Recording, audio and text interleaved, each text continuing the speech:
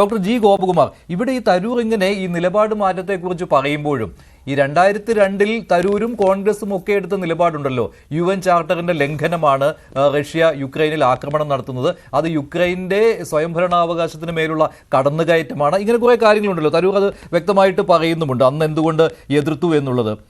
There was a violation of the UN Charter, the sovereignty of a member state, namely Ukraine, and we had always stood for the principle of the inviolability of borders and the inadmissibility of the use of force to settle international disputes. All of those principles had been violated by one party. അതായത് Russia ഇതെല്ലാം violate ചെയ്തു, അതുകൊണ്ട് Russia യുക്രൈനെ ആക്രമിക്കുന്നത് അത് അപലപിക്കണം India, ഇതായിരുന്നു നിലപാടെന്ന്.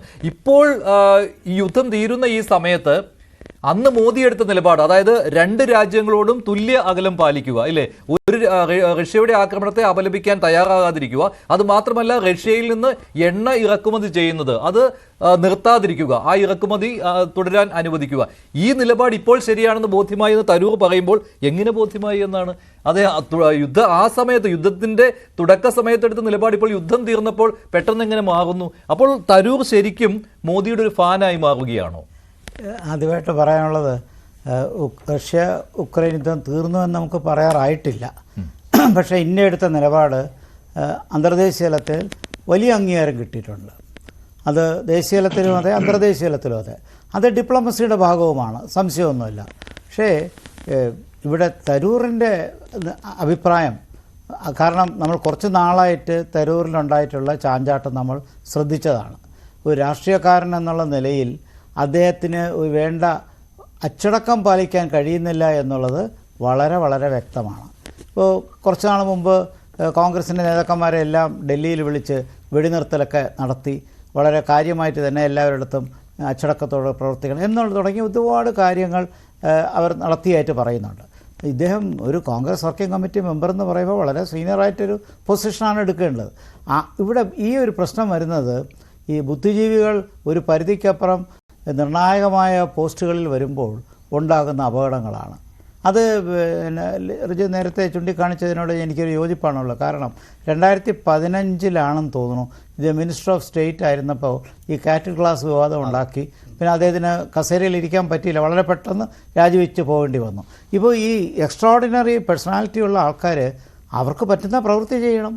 പക്ഷേ കക്ഷി രാഷ്ട്രീയത്തിൽ വന്നാൽ അത് പരിമിതിയുണ്ട്, അതവർ മനസ്സിലാക്കേണ്ടതല്ലേ. രഘുരാം രാജൻ ഒരു ഉദ്യോഗസ്ഥനാണ്, അദ്ദേഹത്തിൻ്റെതായ നിലപാടും പിന്നീട് അദ്ദേഹത്തിന് പൊതുമധ്യത്തിൽ വന്ന അവഹേളനവും എല്ലാം അത് ആ ഡയമെൻഷനിൽ കണ്ടാൽ മതി. പക്ഷേ ഇദ്ദേഹം അതല്ല. ഒരു വർഷം, കഷ്ടിച്ചൊരു വർഷത്തിന് താഴെയുള്ളൂ കോൺഗ്രസിൻ്റെ നിർണായക മണ്ഡലത്തിൽ വളരെ ബുദ്ധിമുട്ടി ജയിച്ച് അവിടെ എത്തിയിട്ട് കോൺഗ്രസിൻ്റെ കാര്യങ്ങൾ പറയുന്നതിൽ അഭിപ്രായ വ്യത്യാസം പറയുകയും നേരത്തെ ഇടതുപക്ഷത്തിൻ്റെ ഗവൺമെൻറ് വളരെ നല്ല കാര്യങ്ങൾ ചെയ്യുന്നു എന്ന് പറഞ്ഞ് അവിടെയും കോൺഗ്രസിനൊന്ന് വെട്ടിലാക്കി. അപ്പോൾ ചുരുക്കത്തിൽ ഇദ്ദേഹത്തിന് ബുദ്ധിജീവിയാണ്, അദ്ദേഹത്തിൻ്റെ ബുദ്ധി കൂടിയതിൻ്റെ കുഴപ്പമാണോ? എന്തായാലും ഈ നിലപാട് മാറ്റത്തിന് ന്യായീകരണവും അദ്ദേഹം പറയുന്നുണ്ട്. India's policy has ensured that our prime minister can hug both the president of Ukraine and the president of Moscow just 2 weeks apart and still be accepted in both places. രണ്ടിടത്തും മോദിക്ക് അംഗീകാരം കിട്ടുകയാണ്. രണ്ടുപേരെയും ചെയ്യുവാൻ കഴിഞ്ഞു 2 ആഴ്ചത്തെ ഇടവേളയിൽ യോജിക്കുകയാണ്. അത് വേറൊരു കാര്യം. പക്ഷേ ഒരു കോൺഗ്രസ് വർക്കിംഗ് കമ്മിറ്റി മെമ്പർ പറയുമ്പോൾ രണ്ടു വട്ടം ആലോചിച്ചിട്ട് പറയണം. അതാണ് പ്രശ്നം. കോൺഗ്രസിന് ഇങ്ങനെ ഒരു നിലപാട് എടുക്കാൻ കഴിയില്ല. അല്ലെങ്കിൽ അദ്ദേഹം ഒരു കാര്യം ചെയ്യണം, ഞാൻ സ്വതന്ത്രനായിട്ട് നിൽക്കാം എന്ന് പറഞ്ഞ് മാറി നിൽക്കണം. എന്നിട്ട് അഭിപ്രായം പറയട്ടെ. അത് ഐക്യരാഷ്ട്രസഭയിലെ പ്രധാനപ്പെട്ട അംഗമാണ്, വലിയ മിടുക്കനാണ്, അദ്ദേഹത്തിൻ്റെ ബുദ്ധിശക്തി ആരും കുറച്ച് കാണുന്നില്ല.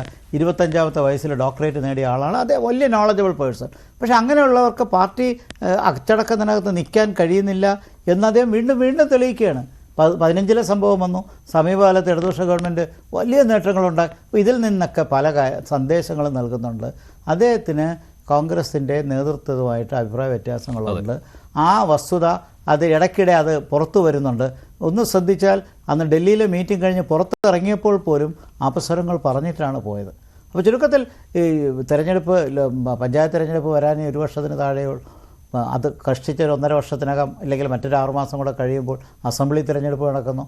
തീർച്ചയായിട്ടും അദ്ദേഹം എടുക്കുന്ന നിലപാട് കേരളത്തിലെ UDF-നെയും കോൺഗ്രസിനെയും അങ്കലാപ്പിലാണ്. ശരിയാണ്. ഇന്ന് അതുകൊണ്ട് തന്നെ കോൺഗ്രസിന്റെ നേതാക്കൾ ഒരു പ്രതികരണത്തിന് തയ്യാറായിട്ടില്ല. രാജ്മോഹൻ ഉണ്ണിത്താൻ മാത്രമാണ് ഒരു പരസ്യ പ്രതികരണം നടത്തിയത്. ഇന്ന് ചാനൽ ചർച്ചകളിൽ പങ്കെടുക്കാൻ കോൺഗ്രസിന്റെ നേതാക്കൾ പോകേണ്ട എന്നാണ് KPCC എടുത്തിരിക്കുന്ന തീരുമാനവും. ശ്രീ